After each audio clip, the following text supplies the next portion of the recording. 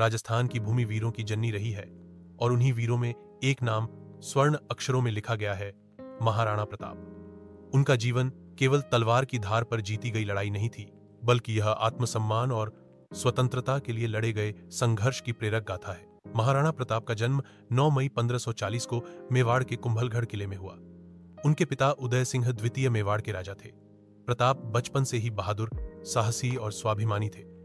उन्होंने युद्ध, कला, घुड़सवारी और रणनीति में गहरी पकड़ बना ली थी।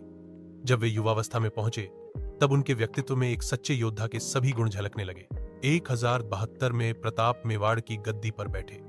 उस समय मुगल सम्राट अकबर भारत के अधिकतर हिस्सों पर नियंत्रण कर चुका था, लेकिन मेवाड़ अभी भी स्वतंत्र था। अकबर ने कई बार प्रताप को अपने अधीन करने के लिए दूत भेजे, लेकिन महाराणा प्रताप ने हर बार गर्व से इनकार कर दिया। उनका साफ कहना था, स्वतंत्रता का मूल्य जीवन से भी अधिक है।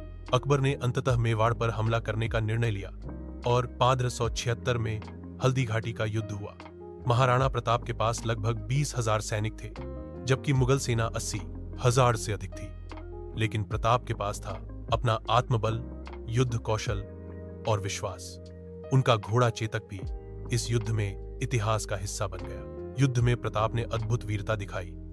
उन्होंने मुगल सेनापति मान सिंह पर स्वयं आक्रमण किया। चेतक ने घायल होते हुए भी प्रताप को युद्ध भूमि से बाहर निकाला और एक नाला पार कर उन्हें बचा लिया, लेकिन चेतक खुद शहीद हो गया। हल्दी घाटी का युद्ध भले ही निर्णायक न रहा हो, लेकिन यह स्वाभिमान की विजय थी।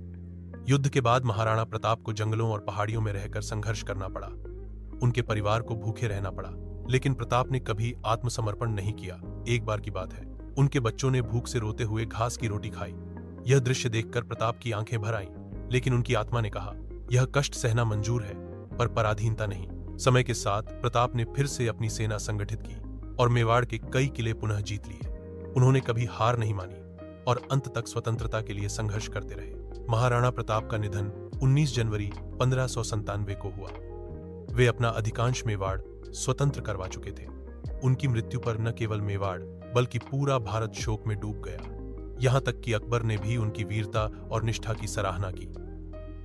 महाराणा प्रताप एक ऐसे राजा थे जिन्होंने राज्य सिंहासन को नहीं, बल्कि स्वतंत्रता और आत्मसम्मान को सबसे ऊपर माना।